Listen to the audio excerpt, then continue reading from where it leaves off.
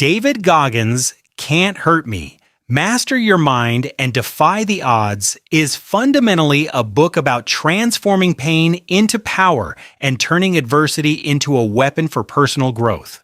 Goggins argues that most people live far below their true potential because they spend their lives seeking comfort, avoiding pain, and protecting themselves from failure. According to him, the human mind is equipped with a built-in safety mechanism called the governor, which limits effort long before the body reaches its true capacity. This mechanism evolved to keep us alive, but in modern life, it often becomes the primary obstacle preventing excellence. Goggins' entire philosophy revolves around learning how to challenge, negotiate with, and occasionally override this mental governor through deliberate exposure to hardship and discomfort. Goggins' life began in conditions that seemed almost designed to create failure.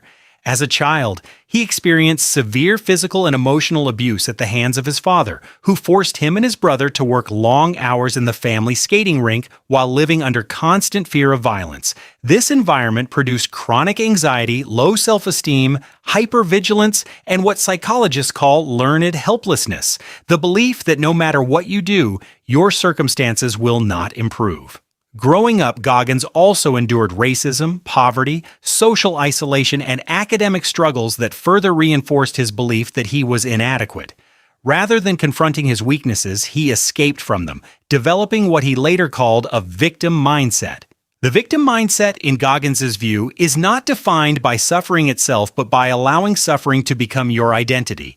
Victims see themselves as powerless products of circumstance, whereas empowered individuals accept responsibility for what they can control regardless of past injustices.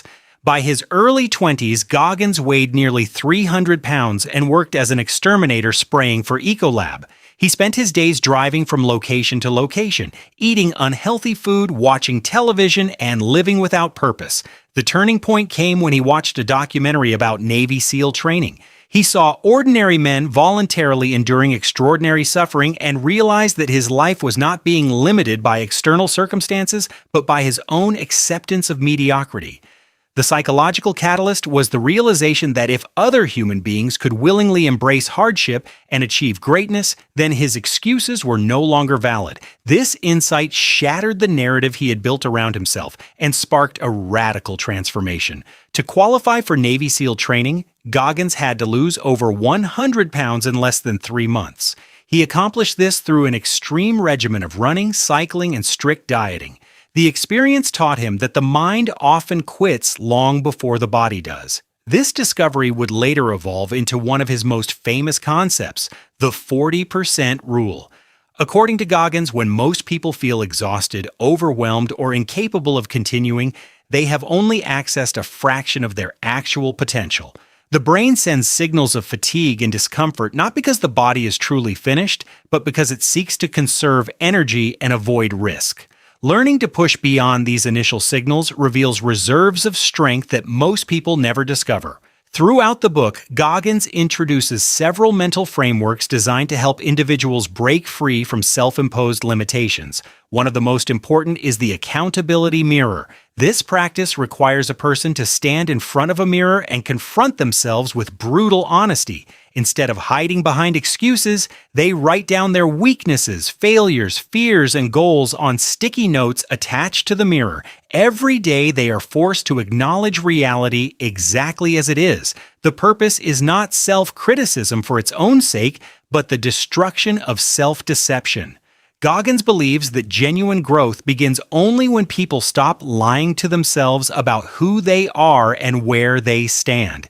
The accountability mirror becomes a daily audit of performance and responsibility. Another key framework is the cookie jar. The cookie jar is a mental repository containing every victory, challenge overcome, and hardship survived throughout a person's life.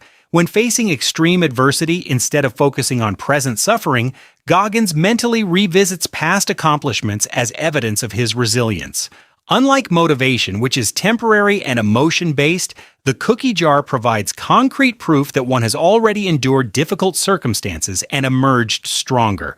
During races, military training, and other grueling experiences, Goggins repeatedly used this technique to remind himself that he had survived challenges that once seemed impossible. One of Goggins's most unique concepts is taking souls. Contrary to popular interpretation, taking souls is not about humiliating opponents. It is about psychologically dominating challenges and competitors through relentless effort. When people expect you to fail, complain, quit, or surrender, continuing to perform at a high level disrupts their expectations and often weakens their confidence. In military training, endurance events, and life in general, Goggins learned that the person who maintains composure and effort under extreme stress gains a powerful psychological advantage. Taking souls means becoming so disciplined and resilient that others can no longer predict or limit your performance. Goggins also emphasizes tactical visualization, which differs significantly from conventional positive thinking. Most self-help approaches encourage individuals to imagine success and positive outcomes. Goggins argues that this is insufficient because reality rarely unfolds as planned. Instead, he recommends visualizing obstacles, pain, setbacks, failures, and adversity in advance. By mentally rehearsing difficult situations and planning responses before they occur, individuals develop psychological readiness. When hardship inevitably arrives, it feels familiar rather than overwhelming because it has already been confronted mentally. The book's narrative follows several pivotal episodes that shaped Goggins' philosophy. One of the most significant involves his repeated attempts to complete Navy SEAL training. He endured 3 separate Hell Weeks due to injuries and medical setbacks. Hell Week is considered one of the most physically and mentally demanding military training events in the world, involving continuous physical exertion with minimal sleep. Most candidates quit voluntarily. Goggins' willingness to return repeatedly after failure reinforced his belief that resilience is built through repeated confrontation with adversity rather than through natural talent or confidence. Another defining moment came during the San Diego one-day, 100-mile race. Despite having almost no ultramarathon experience, Goggins entered the event in order to qualify for an even more demanding race. During the competition, his body began shutting down. He suffered severe dehydration, kidney failure, stress fractures, and extreme physical deterioration. Yet he continued. During this experience, he discovered what would later become the cookie jar concept. By mentally drawing upon past hardships and victories, he found strength beyond what he previously believed possible. The race became proof that perceived limits are often illusions created by fear and discomfort. The world pull-up record attempts represent another critical chapter. Goggins initially failed publicly, an experience that could have reinforced self-doubt. Instead, he treated failure as information. He analyzed what went wrong, adjusted his training methods, and returned stronger. Eventually, he completed over 4,000 pull-ups in 17 hours, setting a new world record. This episode illustrates one of his core beliefs. Failure is not an identity, but data. The purpose of failure is to reveal weaknesses that can be corrected. Throughout the book, Goggins repeatedly argues that physical suffering is one of the most effective tools for mental development.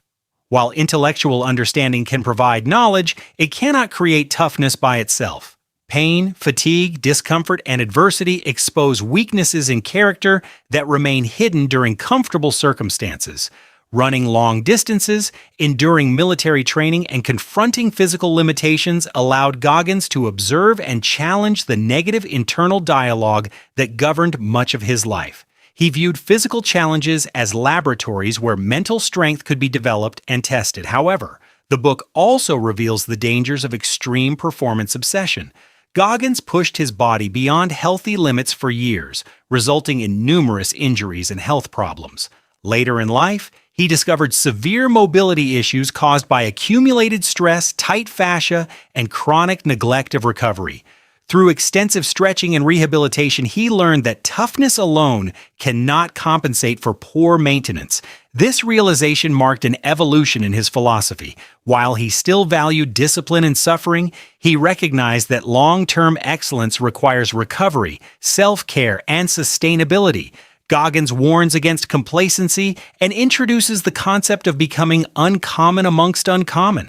This phrase refers to achieving excellence even within elite environments. Many people stop growing after reaching a significant goal, but Goggins believes true mastery requires continual self-improvement. Success should not become a resting place, but a new starting line. The challenge is not merely to outperform average people, but to continue evolving when surrounded by high performers. The book concludes,